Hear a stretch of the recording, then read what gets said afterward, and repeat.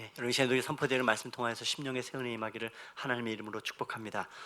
브라이언 카바노프라는 사람이 쓴 이 아주 특별한 우표 한 장이라는 책 가운데 아주 짤막한 한 토막의 이야기를 소개합니다. 한 농부가요 도끼를 잃어버렸습니다. 도끼를 잃어버릴 때 그 옆집 청년이 왔다 갔다 하는 모습을 보고서는 그 옆집에 있는 이웃집 청년이 훔쳐간 것이 아닐까 그를 의심하기 시작합니다. 그래서 그 청년을 봤더니요, 이 청년이 걷는 것을 보니까 꼭 도둑놈 같이 걷습니다. 말하는 것을 들어보면 꼭 도둑놈 같이 말을 합니다. 그러니까 하는 모든 행동을 보면 온통 나는 도둑놈이요 하고서는 온몸으로 웅변을 하는 것처럼 그렇게 느껴집니다. 근데 그렇게 옆집 청년을 의심하고 살아가던 어느 날이요, 이 농부가 자기 자기 밭에 있는 귀퉁이에서 잃어버린 도끼를 발견했습니다. 그리고 그날부터 이웃집 청년을 봤더니요, 걷는 것을 보니까 너무 신사 같아 보여요. 말하는 것 보니까 너무 기품이 있고요, 또 하는 행동을 보니까 다 멋져 보이는 겁니다. 여러분 그렇죠? 어떻게 생각하느냐에 따라서 사람이 달라 보이고 모든 환경이 달라 보일 수가 있습니다. 프랑스 유명한 이 소설가이며 비평가였던 이 볼 브루제라는 사람은 이렇게 얘기합니다. 당신은 당신이 생각하는 대로 살아야 한다.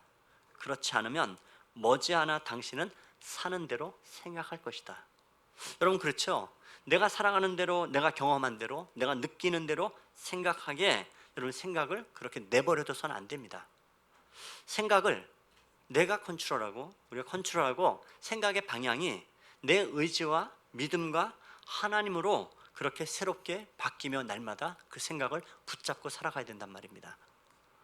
여러분 오늘 말씀 보면 마침내 이 아버지 야곱이 결단을 했어요. 그죠? 베냐민을 갖다 함께 보내고 이제 그 형들이 베냐민을 데리고 함께 이집트로 갑니다. 그 이집트는 과거에 형제를 팔았던 이 자들이었는데 이젠 그들이 형제 시므온을 구하기 위해서, 그리고 온 가족을 구하기 위해서 이집트로 갑니다. 그리고 아직은 좀 그 실체가 완벽하게 가려져 있는 이집트 총리 앞에 서서 베냐민을 데리고 함께 그들이 쓰는 것을 볼 수가 있습니다. 우리 지난주에 마지막에 읽었던 16절 10절 우리 두 구절 말씀 우리 같이 읽겠습니다. 요셉은 베냐민이 그들과 함께 있음을 보고 자기의 청지기에게 이르되 이 사람들을 정오에 나와 함께 먹을 것이니라. 청지기가 요셉의 명대로 하여 그 사람들을 요셉의 집으로 인도하니, 여러분 요셉이 지금 어땠어요? 베냐민을 보고 형들을 보고 너무 기쁜 겁니다. 그리고 자기 청지기를 시켜서 집에다 파티를 준비시킵니다. 연애를 부탁해요. 근데 여러분 이 상황이 굉장히 재밌게 흘러갑니다. 지금 보시면 요셉에게 있어서 여러분 이 파티는 뭡니까? 기쁨의 축제입니다. 내 형제들과 함께 밥을 먹는 축제의 장이 열렸단 말이에요. 그런데 문제는 이 요셉의 형들의 입장에서는 이 상황이 지금 어떨까요? 이 자체가 지금 당혹스러움 자체입니다. 여러분 이 형들이 지금 애굽에 오면서 어떤 생각들을 가요? 오로지 그들 머릿속의 생각은 이겁니다. 빨리 애굽에 당도하기 무섭게 빨리 양식을 구하고, 그다음에 시므온을 데리고 이 어린 막내 동생 베냐민을 안전하게 잘 데리고 함께 집으로 빨리 돌아가자. 오로지 이것이 이들의 목표입니다. 근데 여러분 인생이라는 게 어때요? 항상 고민은 뭡니까? 뜻대로 돌아가지 않는 겁니다. 계산한 대로 안 돌아가요. 전혀 생각지 못한 변수가 툭 튀어나온 겁니다. 이집트 총리 공간에 파티 초대라는 이 상상조차 할 수 없는 일 앞에 이들은 어떻게 해요? 계산대로 돌아가지 않잖아요. 뜬금없이 지금 예상 밖의 일들이 당혹스러운 겁니다. 왜냐하면 지금 형들의 입장에서 볼 때 정상적인 사고로는 지금 이것은 있을 수 없는 상황이 펼쳐진 겁니다. 왜요? 여러분 그들은 지금 스파이로 오명을 제대로 벗고 있지 않은 상태입니다.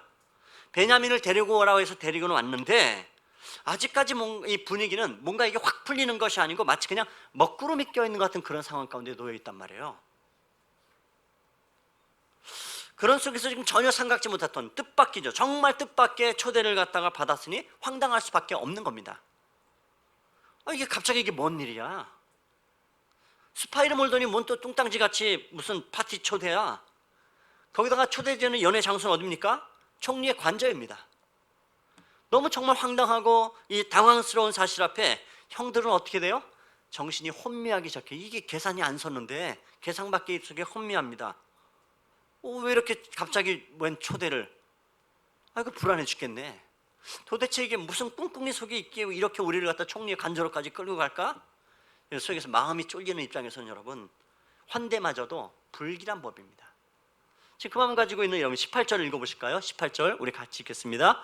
그 사람들이 요셉의 집으로 인도되매 두려워하여 이르되 전번에 우리 자루에 들어있던 돈의 일로 우리가 끌려 드는도다. 이는 우리를 억류하고 달려들어 우리를 잡아 노예로 삼고 우리의 나귀를 뺏으려 함이로다 하고, 지금 형들은 이 사건 자체를 나름대로 해석을 하고 있습니다.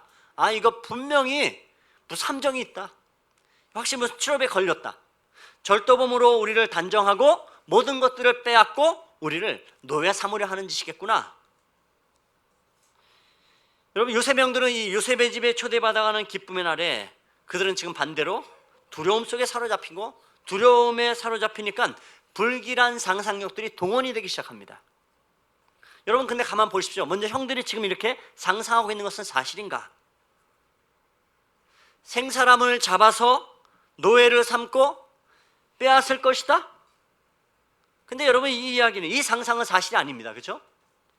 오히려 아무 죄도 없는 생사람을 정말로 잡아다가 던져놓고 끌어다가 노예로 팔아버린 사람들은 자기들이었습니다. 요셉이 한 죄가 아니었고 자기들이 한 죄였습니다. 근데 여러분, 사람은요 못된 버릇들이 있어요. 자기가 그러면 남들도 다 그런 줄 압니다. 자기들이 한 죄가 남들도 똑같이 그렇게 할 것이라고 착각하고 단정짓니다.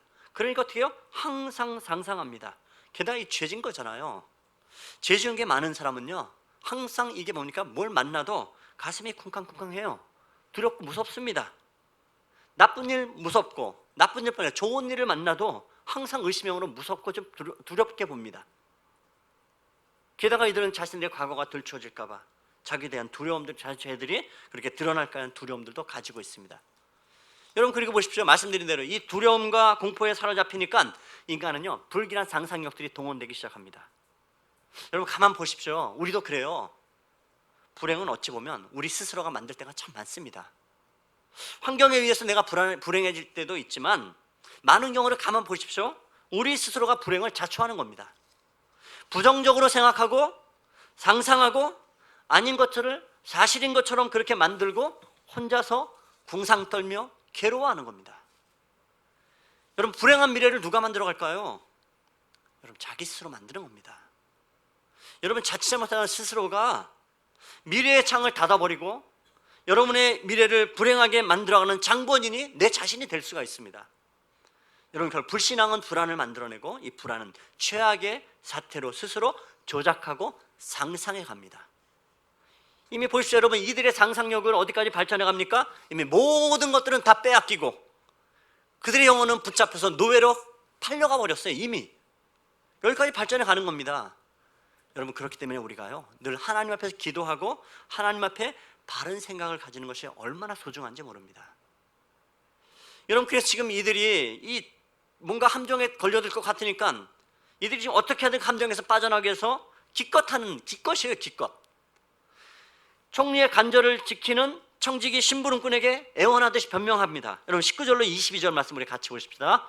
그들이 요셉의 집 청지기에게 가까이 나아가 그 집 문 앞에서 그에게 말하여 이르되, 내 주여, 우리가 전번에 내려가서 양식을 사가지고 여관에 이르러 자루를 풀어본즉 각 사람의 돈이 전액 그대로 자루 어귀에 있기로 우리가 도로 가져갔고 양식살 다른 돈도 우리가 가지고 내려왔나이다. 우리의 돈을 우리 자루에 넣은 것은 누구인지 우리가 알지 못하나이다.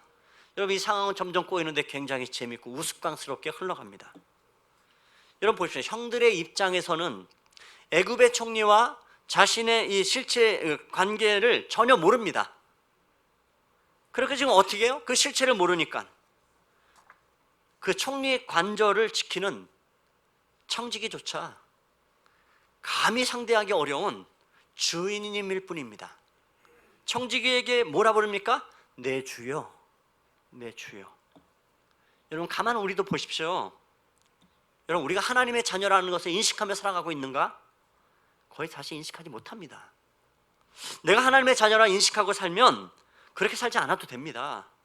네, 여러분, 우리가 우리의 모습을 가만 보면요, 내가 하나님의 자녀라는 이 인식들은 거의 잘 안 합니다.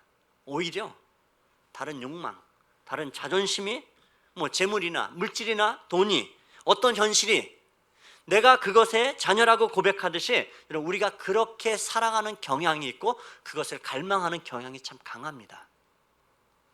내가 하나님의 자녀라는 이 신분을 머리가 아니고 내 온몸으로 느끼는 이런 방식으로 명확하게 인식하지 못하니까 기껏해야 내 통치 아래, 내 명령 아래 있어야 될 온갖 것들을 전부 다 주인님하고 불러대기 시작합니다.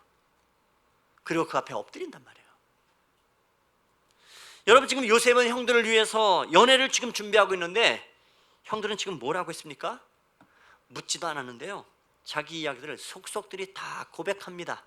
그것도 누구 앞에서요? 청지기 앞에서요. 근데 여러분, 그들의 말은 사실입니다. 그들은 돈을 훔친 적이 없어요. 자료를 열어봤더니 자료 어기에 돈이 들어있었을 뿐입니다. 맞아요. 근데 여러분, 문제는 뭘까요? 사람이 정직하면, 당당하면 되는데 묻지도 않은 죄들을 스스로 마치 도둑이 제발 저리듯이 그렇게 다 먼저 고백합니다. 네, 이게 뭐 잘못된 거 아닐까? 네, 여러분, 원래 형들이 이런 사람들이 아니에요. 먼저 이렇게 이야기하는 그런 인간들이 아닙니다. 동생 요셉을 그렇게 팔아먹고 노예로 만들고 한 사람의 인생을 그렇게 짓밟아 놓고도 20년, 20수년 동안도 입을 쫙 닫은 채로 그렇게 다물며 살아갔던 인간들입니다. 그런데 참 여러분, 죽음의 위기 앞에 서니까 어떻게 해요? 묻지도 않는데 슬슬 다 알아서 다 토해내요. 그것도 누구 앞에? 참 초라하지 않아요? 청지기가 무슨 힘이 있다고요? 그 앞에서 말이죠. 아무래도 이 정탐꾼으로 오해받고 있으니까, 그리고 그것이 또 무슨 또 꼬투리가 잡히고 낭패가 되진 않으니까 내내 걱정해요. 근데 참 비루해 보이지 않아요? 청지기 앞에서 얘기해요. 할 말도 아닌데, 그때 누가 넣었는지 잘 모르겠지만 그때 그 돈이 우리 자루에 들어왔습니다. 그 돈 돌려드릴까요? 2배로 돌려드릴까요? 여러분, 여기는 온통 비굴함과 걱정투성이밖에 없죠. 그런데 여러분, 청지기가 반응하는 그 전하는 말이 또 한 번의 황당한 대반전을 이룹니다. 23절 24절 우리 같이 보십시다. 23절 24절입니다. 그가 이르되 너희는 안심하라, 두려워하지 말라. 너희 하나님, 너희 아버지의 하나님이 재물을 너희 자루에 넣어 너희에게 주신 것이니라. 너희 돈은 내가 이미 받았느니라 하고 시므온을 그들에게로 이끌어내고 그들을 요셉의 집으로 인도하고 물을 주어 발을 씻게 하며 그들의 나귀에게 먹이를 주더라. 여러분, 청지기가 하는 말이 뜻밖의 놀라운 말이 뭐예요? 곡식대금 이미 다 받았는데, 이 얘기예요. 결국은 여러분, 이 청지기는 히브리인이 아닙니다. 하나님을 아는 사람이 아니에요. 그러면 이건 틀림없이 요셉이 청지기의 입에다가 넣어준 말입니다. 그는 단지 자기 주인 요셉의 지시를 따라 충실히 따랐을 뿐이에요. 그리고 얘기합니다. 너희 하나님이, 너희 아버지의 하나님이 너희에게 주신 거야. 여러분, 일단은 이 말은요, 형들의 마음을 상당히 누그러뜨렸을 것 같아요. 그리고 또 보십시오. 시므온이 석방돼서 옵니다. 요셉의 집 문 앞에 갔더니 시므온이 와요. 여러분, 이 사람들이 가나안 땅까지 왔다가 양식을 사가지고 그렇게 집으로 갔는데 양식은 떨어지고 다시 이집트로 와야 되는데 중간에 아버지가 머뭇머뭇거리면서 한 달이고 2달이고 시간을 지체하고, 그리고선 이래저래 6달 이상의 시간이 흐르거나 아니면 그 이상의 시간이 굉장히 흘러버린 오랜 시간들이 지금 흘러가고 있는 겁니다. 그동안에 시므온은 감옥에 있었는지 아니면 그냥 요셉이 감옥에 가두지 않고 어떻게 했는지는 잘 모릅니다. 근데 여러분, 그는 본래 분명히 감옥에 갇혀 있는 사람입니다. 근데 여러분, 상상해 보건대 시므온의 얼굴이 어땠을까요? 감옥에 들어가서 피죽도 못 얻어먹고 그냥 삐짝 말라갖고 반쪽이 돼서 나왔을까요? 아닐 겁니다. 그럴 리 없죠. 여러분, 당사자 아직 그냥 요셉이 총리라는 사실 모르지만 요셉이 자기의 형 시므온을 고생시키고 쫄쫄이 굶겨놓고 얼굴을 반쪽으로 만들 일이 없어요. 이유는 모르지만 아마 그랬을 겁니다. 시므온은 다들 자기에게 잘해줘요. 아니, 어쩌면 감옥에 있지 않고 소위 그냥 모처라기는 괜찮은 처소에 옮겨가 있었을 수도 있습니다. 아무튼 중요한 것은 형들이 시므온을 봤더니 얼굴이 너무 멀쩡한 것을 보고 아마 이들은 또 한 번에 뭡니까 안도의 한숨을 쉬었을 거예요. 야, 다행이다, 시므온 멀쩡하구나. 그리고선 그 집에 들어갔더니 그들에게 어떻게 해요? 물을 내주고 발을 씻게 합니다. 손님 대접을 하고 있단 말이에요. 여러분 기억하시죠? 예수님이 어떤 집에 손님으로 갔는데 아예 물도 내주지 않은 집이 있었다고요. 가끔씩 손님을 청하고 그 손님 마음에 안 들면 물도 안 내주는 이런 고약한 인간들이 있었던 겁니다. 여러분 왜 그러잖아요. 어디 초대받아 갔는데 뭐 손님들이 많이 와서 그랬는지 나는 별로 손님 같지도 않고 어디 구석에 있다가 그냥 좀 기분도 좀 언짢고 그러면서 그냥 대충 먹고서는 얼른 집으로 돌아오는, 아마 이런 경우가 없지 않아 있을 수 있습니다. 그런데 여러분 지금 형들은요, 분위기를 보면 알잖아요. 중요한 손님으로 제대로 대접받으면서 이 총리 공간의 파티에 참여하기 시작하는 겁니다. 뜻밖의 전개되어져가는 이 총리의 초대와 총리의 집안에서 벌어지는 이 선대 앞에 형들은 조금씩 더 안도의 한숨을 내쉬고 있는 겁니다. 그런데 여러분, 형들의 입장을 한번 생각해 보십시오. 아마 그럴 것 같아요. 분명히 그렇게 마음이 조금씩 안도를 하지만 다른 한편으로는 어떨까요? 이 형제들은 분명히 여전히 의심의 영을 거두질 못합니다. 감옥에서 시므온이 풀려난 것은 다행이지만 이 기빈 대접하는 이 분위기는 도대체 뭔 뜻일까? 왜 이럴까? 다시 생각하고 결론을 내려봅니다. 어떻게 해요? 그런 말 있잖아요, 여러분. 잘 먹여서 잡아먹으려 하는구나. 형들은 지금 상상도 참 못할, 참 기이하고도 영광스러우면서도 그리고 불안하고도 두려웠던 이상한 상황에 지금 빨려 들어가고 있습니다. 곡식 수매자에서 정탐꾼으로 절도 혐의자가 되고 절도 혐의자에서 총리의 기빈으로 정신없이 또 바뀌면서 막 뺑뺑뺑 돌아가요. 도대체 이게 지금 어떻게 된 정황인지 정신이 없는 겁니다. 전혀 지금 상황 파악이 안 돼요. 그렇지만 여러분, 이 모든 것의 실제 모습인 실상은 무엇입니까? 기근이 찾아온 시점에서부터 본다면 여러분, 그들은 단순히 곡식을 사기 위해서 먼 길을 그렇게 걸어야만 했던 나그네가 아닙니다. 그들은 결코 스파이도 아니고 도둑놈도 아닙니다. 이들은 본래가 애굽 총리의 기빈을 넘어서 이미 총리의 형제들이었습니다. 단지 그 모든 게 가려져 있을 뿐이라고요. 여러분, 바로 그것이 그들이 알아야 하는 자리, 본래 그들이 있어야 되는 자리입니다. 그들은 본래의 자리를 향해서 찾아가고 있는 중입니다. 실상을 알든 모르든. 물론 여러분, 본래의 자리라는 것이 사실 이 사람들 그 동생을 팔아버린 입장에서는 감히 그건 입에 담을 수 없는, 그렇다면 정말 뻔뻔한 인간들인 거죠. 그것은 뭡니까? 형들의 자격에 달려있는 것이 아니고 순전히 동생의 이 용서와 사랑이 만들어내는 자리입니다. 여러분 가만히 보십시오. 요셉의 형들과 요셉의 관계를 보면 우리와 예수님과의 이 모습들을 아주 정교하게 그렇게 뭡니까 이렇게 오버랩돼서 함께 담아내고 있는 것을 쉽게 볼 수 있습니다. 형들은 요셉을 버렸고 우리는 예수님을 버렸습니다. 요셉은 죽은 자 같은 상황에서 애굽의 총리가 되었고 예수님은 죽은 후에 부활하시고 세상의 통치자가 되셨습니다. 요셉은 형들과 화해하고 애굽의 총리의 가족이라는 이 위상을 높이려 했는데 예수님은요, 우리하고 화해하셔서 우리 모두를 하나님의 나라의 상속자로 높이시고 있는 겁니다. 여러분, 이 위대한 상봉이 바로 이 자리에서 이루어지고 있는 것을 우리의 믿음의 눈으로 보셔야 됩니다. 그러면 굉장히 시선이 달라질 수 있어요.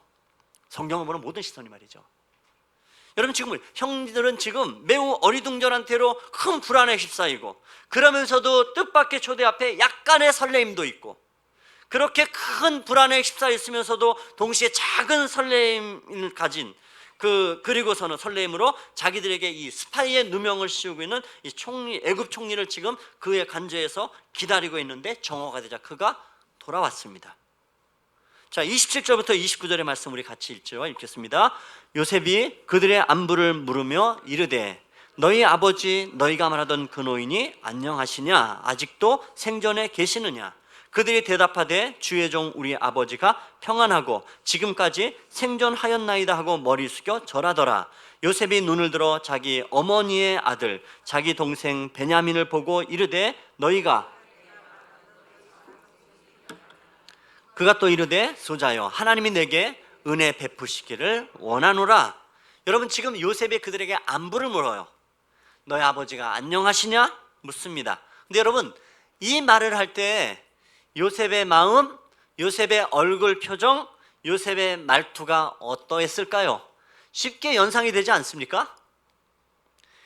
20수년 동안 뵙지 못했던 아버지, 그 아버지에 대한 그리움을 가지고 아버지의 지금 안부를 물어요. 물론 여러분, 아닌 척하고서는 목소리를 감추려 했지만 이미 요셉의 얼굴 표정이나 그 말투에서는 굉장히 부드러움이 있다는 것을 너무도 쉽게 상상할 수 있습니다. 베냐민 이 아이라?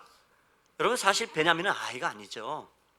나이가 이미 거의 30에 가까운 20대 후반의 청년입니다. 이 아이냐? 얘 자기 동생입니다. 베냐민을 낳고 어머니가 죽고 나이 차이가 나는 내 동생 베냐민, 그 베냐민을 향해 한없이 그리움의 마음들을 담고 있던 이 아이가 너희가 말한 그 동생이냐? 베냐민이. 그리고 직접 베냐민에게 이야기합니다. 하나님이 내게 은혜 베풀어 주시기를 원하노라. 말투가 상상이 되지 않으세요? 얼굴 표정이 상상이 안 되세요? 여러분의 얼굴 봐서 감을 잡는지 안 잡는지 모르겠네. 분위기가 정말 좋죠. 그런데 요셉의 태도가 여러분 또 한 번 형들의 입장에서는 어리둥절하게 만들어요. 하여간 꼬여있는 인간들은 항상 꼬여있는 겁니다. 이래도 저래도 잘 대해주고 있어요. 그런데 그런 겁니다. 이 사람이 왜 이럴까 도대체 지금 어떻게 된 일일까? 그렇게 쉴 틈 없이 압박하며 거친 말로, 투박한 말로 그랬던 이 사람이 왜 갑자기 태도를 바꾸어서 매우 다정하게 안부를 묻고 축복을 하고 그럽니다. 뭔가 분위기가 이상하게 돌아가고 있는 느낌들을 가지고 있어요. 총리가 그러면서 자리를 떠나갑니다. 여러분 30절 31절 말씀 같이 읽어보십시다. 요셉이 아우를 사랑하는 마음이 복받쳐 급히 울 곳을 찾아 안방으로 들어가서 울고 얼굴을 씻어 나와서 그 정을 억제하고 음식을 차리라 하매. 예, 여러분, 요셉이 베냐민을 순간에 북받쳐 오르죠. 그 동생, 20대 년 동안 너무 보고 싶었던 그 동생, 내 피부지 내 동생, 감격에 벅차오르니까 어떻게 해요? 그 자리에서 울면서 신분이 들통날 뻔했어요. 급히 안방으로 달려가서 울고는 마치 아무 일도 없다는 제수를 하고서는 얼굴을 씻고 돌아와서 잔치를 갖다 진행을 합니다.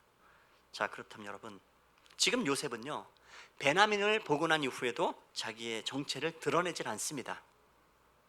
그러면 우리가 이 시점에서 한번 물 수 있는 것이 그것입니다. 그럼 왜 오늘 요셉은 자기 자신의 신분을 밝히지 않고 이렇게 지금 사건들을 만들어가면서 자기 형들을 시험하고 있을까요? 한두 가지 이런 마음들이 있는 것 같습니다. 하나는 요셉은 정말 형들의 진정성을 보고 싶은 겁니다. 이들의 진정성은 뭘까라는 것을 알고 싶은 겁니다. 정말 20수년 동안 이 형들은 변하였는가? 진실의 사람들로 바뀌어 있는가? 이들의 본심이 뭘까? 알고 싶은 겁니다. 왜냐하면 요셉은 여러분 애굽 땅에 미련 있는 사람이 아니에요. 언제든지 내 아버지의 집으로 내 형제들과 더불어 난 영원토록 살아갈 거야. 그에 관심인데, 근데 이 형제들은 정말 진정성이 뭘까? 함께 살아야 되는데 이들의 마음은 뭘까? 또 하나, 혹시 형들이 이 10대 년 동안도 변하지 않았다면 정말로 회개의 기회를 주고 싶었던 겁니다. 정말 하나님의 자녀답게, 하나님의 백성답게 당당하게 사는 모습들을 보고 싶은 거예요. 여러분, 지금 이 게임을 어찌 보면 게임처럼 느껴지는 지금 요셉이 또 괴로운 겁니다. 뻔히 지금 형들인 줄 알면서도 시험거리를 만들고 끌어가는 것이 마치 이 게임을 위해서 마치 그렇게 흥미롭고 재밌게만 지금 요셉이 지금 생각하고 있을까요? 전혀 아니죠. 더군다나 지금 거기에는 아버지가 개입해 있잖아요. 자기가 사랑했고 자기를 사랑했던, 특별히 사랑하고 존경했던 그 아버지, 이 아버지가 그 베냐민을 사랑하는데 베냐민이 끌려오면 얼마나 괴로워하실지 너무도 그 아버지의 마음 잘 알죠. 그런데도 불구하고 이 일을 할 수밖에 없는 이유가 있습니다. 왜요? 진정성을 보고 싶은 겁니다. 그들은 정말로 어떠한 진정성을 가지고 있는가? 이들은 정말 회개한 사람들일까? 그럼 어떤 문제든지요, 너무 쉽게 해결해보면 문제는 반드시 남습니다. 여러분 한번 이렇게 상상해 보십시오. 만약에 여러분 처음에 이 요셉의 형들이 애굽에 양식을 사러 왔을 때 요셉이 눈이 뿅 하고 형들을 보는 순간에 감격을 하고, 그리고서는 형들을 부릅니다. 형님, 제가 요셉입니다. 내가 애굽의 총리가 됐습니다. 과거의 나를 힘들게 했던 모든 건 나 벌써 잊어버렸어. 나와 함께 영원토록 행복하게 이 땅에 삽시다. 그렇게 자신을 드러냈다면 여러분 형들이 어떻게 반응을 했을까요? 여러분이 형의 입장이라면 어떻게 반응했을 것 같습니까? 아마 틀림없이 이렇게 처음에는 다 기겁을 하고 놀라고 어떨떠래 하다가, 물론 그 사이에는 형식적인 회개를 했을 겁니다. 진심이 담겨 있기보다는 상대가 누군데, 그건 그 말대로 형식적인 회개에 불과했을 것입니다. 그리고 나서는 어떨까요? 오히려 아마 이 형제들이 난리가 났을 것 같아요. 왜요? 동생이 누굽니까? 조그마한 집거리만한 나라의 총리가 아니에요. 지금 이 애굽 대제국의 총리란 말이에요. 동생이 먼저 요셉을 드러냈다면 동생이 가지고 이 대제국 애굽의 총리라는 이 신분 하나만을 통해서 얻을 수 있는 것들이 얼마나 많은데요. 뭔가를 얻어낼 것이, 엄청난 경제적 이득, 사회적인 이득을 얻으려고 아마 이들은 별짓을 다 하기 시작했을 것입니다. 여러분, 이게 인간이에요. 상상해 보십시오. 어떤 일들이 벌어질지. 장자 루벤이 벌떡 나서 얘기할 거라고요. 야, 동생아, 기억해야 된다. 비록 네가 오랫동안 고난을 당하고 이 자리에 올라왔지만 내가 아니면 너 벌써 죽었다. 너 동생들이 너를 죽이자고 할 때 나는 물 없는 구덩이에 넣고서는 죽여서 안 된다고 내가 다 뜯어 말렸다. 너 나 때문에 살고 있는 거야. 이렇게 생각내면 옆에 있던 유다가 벌떡 나서 얘기하니까, 아, 형님 무슨 말도 안 되는 소리 합니까? 정말 요셉을 살린 결정적인 역할을 하는 사람은 바로 난데 무슨 소리 합니까? 아마 다른 형제들 벌떡벌떡 일나기 시작할 거예요. 자그마한 것들을 그렇게 침소봉대해서 이야기하기 시작할 것입니다. 그러면서 자기를 높이기 위해서 형제를 밟고 서로 간에 난리가 나기 시작할 거예요. 결국 형제들끼리 왼수가 돼버리고 말 겁니다. 요셉을 이용해서 한탕할 생각이나 하지, 자기들의 과거의 허물과 실수를 깊이 반성하고 회개하는 마음은 죽어도 안 할 겁니다. 여러분, 우리가 가지고 있는 기독교 신앙의 최대의 위기는 무엇일까요? 아니, 그렇게 거창하게 묻지 말고 내가 가지고 있는 내 신앙의 위기는 뭘까요? 문제는 뭘까요? 혹시 여러분 싸구려 회개는 아닐까요? 너무 천박하게 예수를 믿는 것은 아닐까요? 예수님이 내 모든 죄를 다 용서해 주셨으니까 나는 예수 믿고 하나님 믿고 천국 가니까는 만사 오케이다? 여러분, 그러니까 회개의 심각성이 없어요. 회개의 깊이가 없다고요. 그저 모든 것들이 다 피상적입니다. 감상적입니다. 얼렁뚱땅 넘어왔습니다. 여러분, 우리는 혹시 여러분의 신앙은 기독교 여러분 정문을 통해 예수의 문을 통해 들어오지 않냐고 그냥 슬그머니 월담하고 돌아오는 여러분의 영혼은 아닙니까? 거기에는 깊은 기쁨과 감격이 없어요. 우리가 정말로 내가 예수님이 나를 위해서 십자가의 피 흘렸기 때문에 나는 그냥 아멘 할렐루야다, 여러분 그냥 믿어버리고 끝내면 안 됩니다. 절대로 안 됩니다. 여러분, 거기에 정말로 깊은 회개가 없으면 깊은 기쁨도 없습니다. 그 깊은 회개가 없다면 깊은 행동은 절대로 안 따를 겁니다. 그래서 적당히 믿고 얼렁뚱땅 여러분의 신앙생활을 하고 대충 눈 가리며 살아가고 있지는 않습니까? 여러분, 그거는 십자가를 제대로 모르는 겁니다. 십자가 앞에 내 영혼이 정직하게 진실된 분을 가지고 서봐야 내 더럽고 추함이 뭔지를 봅니다. 그래야 여러분 진짜가 뭔지를 압니다. 참회의 깊이는 여러분 신앙의 깊이입니다.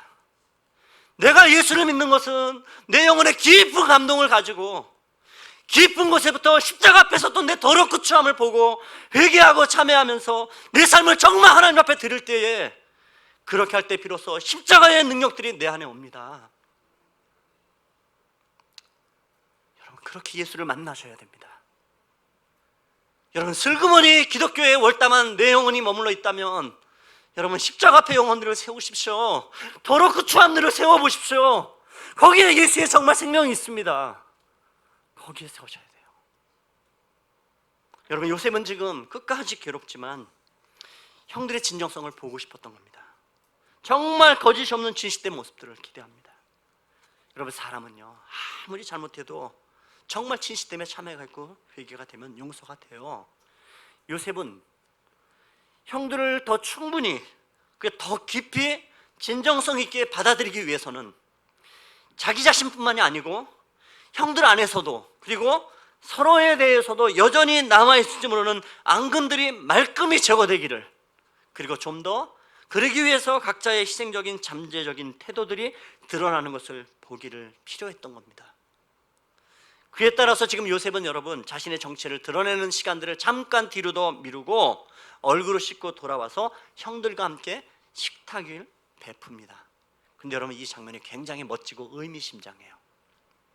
20수년 전에 형들은 자기를 구렁텅이에 던져넣습니다. 그리고서는 살려달라 몸부림치는 자신은 거들떠보지 않은 채 돌아앉아서 밥을 먹던 이 형들을 위해서 지금 식탁을 준비하고 있단 말이에요. 이제 요셉은 구덩이가 아니고 애굽의 총리의 보좌에 앉아서 말이죠. 여러분, 31절 32절 읽겠습니다. 얼굴을 씻고 나와서 그 정을 억제하고 음식을 차리라 하며 그들이 요셉에게 따로 차리고 그 형제들에게 따로 차리고 그와 함께 먹는 애굽 사람에게도 따로 차리니 애굽 사람은 히브리 사람과 같이 먹으면 부정을 입음이었더라. 애굽 사람은 히브리 사람과 식탁에 동석하는 것을 불가합니다. 그것은 히브리 사람들이 싫어해서가 아니고요, 애굽 사람들의 마음이 못돼 먹은 겁니다. 자기들은 세상에서 가장 우월한 민족인데 감히 네 것들하고 같이, 애굽의 제국주의적인 우월 정신이 허락지 않으니까 장벽이 딱 쳐져 버렸죠. 근데 여러분 보십시오. 이제 정말 장벽과 경계선이 허물어집니다. 여러분, 세상은 그래요. 항상 나눕니다. 알량하게 보잘것없는 것도 그냥 나눕니다. 웃긴 걸로 나눕니다. 세상은 그렇습니다. 근데 여러분, 하나님의 사람은 아닙니다. 모든 경계와 허물을 허무는 겁니다. 마치 하늘과 땅이 만나듯이 거룩하신 하나님의 아들과 죄인인 우리가 서로 포옹하듯이, 그리고 요셉과 형들은 서로를 끌어안게 될 것입니다.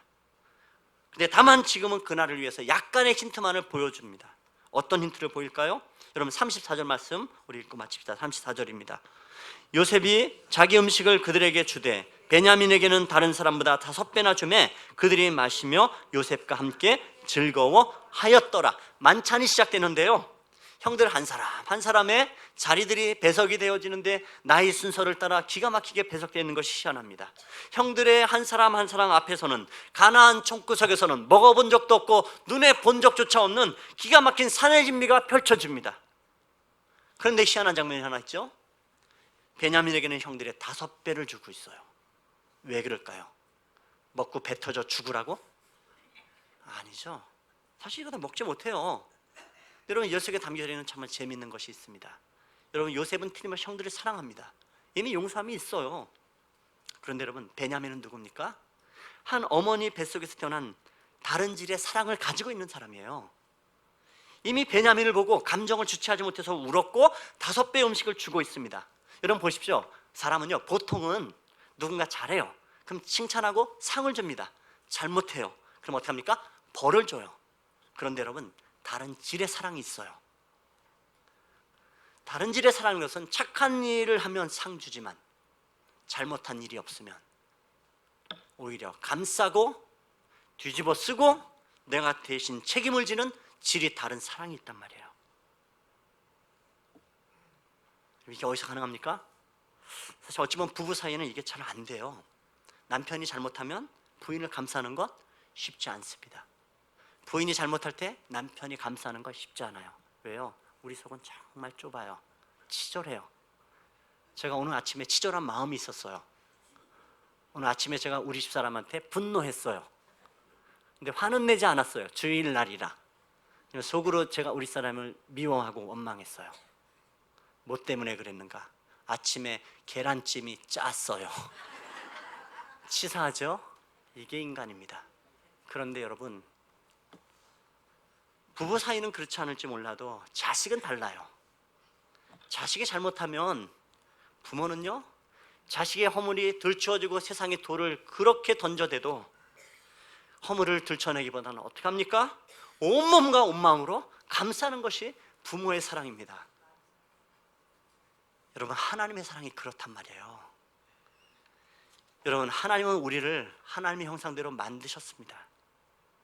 마치 부모가 자식에게 DNA를 물려주고 그 자식 얼굴만 보면 거기에 꼭 내가 있는 거예요. 그러니 어떻게 생각 없이 끌려, 이유 없이 당겨요. 잘하고 못하고 상관없이 그냥 막 쏟아붓고 싶은 마음들만 풍성한 겁니다. 여러분, 하나님의 형상, 하나님의 DNA가 우리에게 흐르고 있어요. 하나님이 내 영혼을 봐요. 하나님, 여러분, 내가 나쁜 짓 하면 하나님은 기절초풍하세요. 기겁하신다고요. 아픔과 통곡과 사랑을 가지고 나를 사랑하시는 주님, 오죽하면 자기의 아들을 십자가에 내어주시면까지 사랑했던 이 질이 다른 차원의 사랑, 여러분, 이 사랑이 바로 하나님이 나를 향한 사랑인 겁니다. 우리를 향한 사랑인 겁니다. 요셉이 베냐민을 보며 뛰쳐나가 울고불고 다시 돌아온 것은 다른 형제들을 사랑하지만 그 사랑과는 다른 DNA가 흘러가는, 여러분, 근데 이 사랑이 바로 하나님이 내 영혼을 사랑하시는 사랑의 방법입니다. 그리고 오늘 성경의 마지막은 멋지게 끝나잖아요. 그들이 마시며 요셉과 함께 즐거워하였더라. 드디어 여러분 12명 형제가 한 상에 모아서 먹고 마시고 그럽니다. 근데 이 잔치는 어느덧 어떻게 돼요? 마음의 축제로 바뀌어져 있어요. 함께 즐거워하였더라. 곧 다가오게 될 매우 충격적이고도 영광스러운 화해를 향한 이 잃어버린 자리를 회복하기 위한 이 여정에 지금 8분 흥선을 넘고 있는 것을 우리가 보고 있습니다. 여러분, 이 드라마는 어떻게 끝나면 좋을까요? 도대체 어떻게 끝날까요? 여러분이 좋아하는 드라마 보시다가 그러니까 막 이게 피크를 향해서 올라가고 있을 때 갑자기 아쉬움의 문구가 하나 딱 뜨잖아요. 다음 이 시간에. 여러분, 하나님을 계속 기대하는 사람 되십시오. 하나님은 이 요셉과 이 형제들 어떻게 이끌어갈까? 아니, 하나님은 오늘의 내 인생의 드라마 가운데 도대체 어떤 일들을 기대하며 가실까를 여러분 기대하는 사람들 되십시다. 여러분, 오늘 요셉과 이 형제들의 막힌 담을 헐고 영광스러운 이 참회의 즐거움의 잔치로 인도하시는 이 하나님, 바로 깊으신 회복의 사랑으로 내 영혼을 채우시는 이 하나님의 은혜를 맛보는 우리 상원의 성도들, 하나님의 백성들 모두 되시기를 높으신 주님의 이름으로 축원합니다. 우리 같이 기도하겠습니다. 하나님 아버지, 우리 참 어리석고 정말 바보 같은 사람들입니다. 우리 하는 짓이 매사에 하나님 정말로 그렇게 거짓되고 허물 가운데 살아갑니다. 기껏 그렇게 살아놓고 하나님, 우린 착각하고 자꾸 하나님 움츠리며 하나님 그 죄악 가운데 정말 하나님 그 죄로 범벅이 된 채로 우린 살아갑니다. 그런 나를 향해서 정말 뜻밖의 환대하심으로 내 영혼에 다가오시는 그 하나님의 사랑 앞에 우리의 영혼이 서게 도와주십시오. 정말 하나님 진정성 있는 마음들을 가지고 은혜의 보좌 앞에 나가는 하나님의 사람들이 되게 도우십시오. 하나님, 대충 우리의 신앙이 기독교의 담장을 넘어오는 거짓된 신앙이 아니고 예수의 십자가 앞에 하나님 내 영혼을 세우는 예수 그리스도의 그 사랑의 문을 지나가는 그 크신 사랑을 맛보고 영혼이 정말 회복되어지는 은혜의 사람들 되게 하여 주옵소서. 그리고 그 주님 앞에 우리 인생이 일어나게 도우십시오. 우리의 삶을 신실하게 이끌어가시는, 정말 내 인생을 이끌어가시는 그 하나님의 나를 향한 계획과 인도하심 앞에 우리가 기대하고 갈망하며 우리의 믿음의 걸음 갈 수 있도록 하나님 축복하여 주옵소서. 감사를 드립니다. 예수 그리스도 이름으로 기도드렸습니다. 아멘.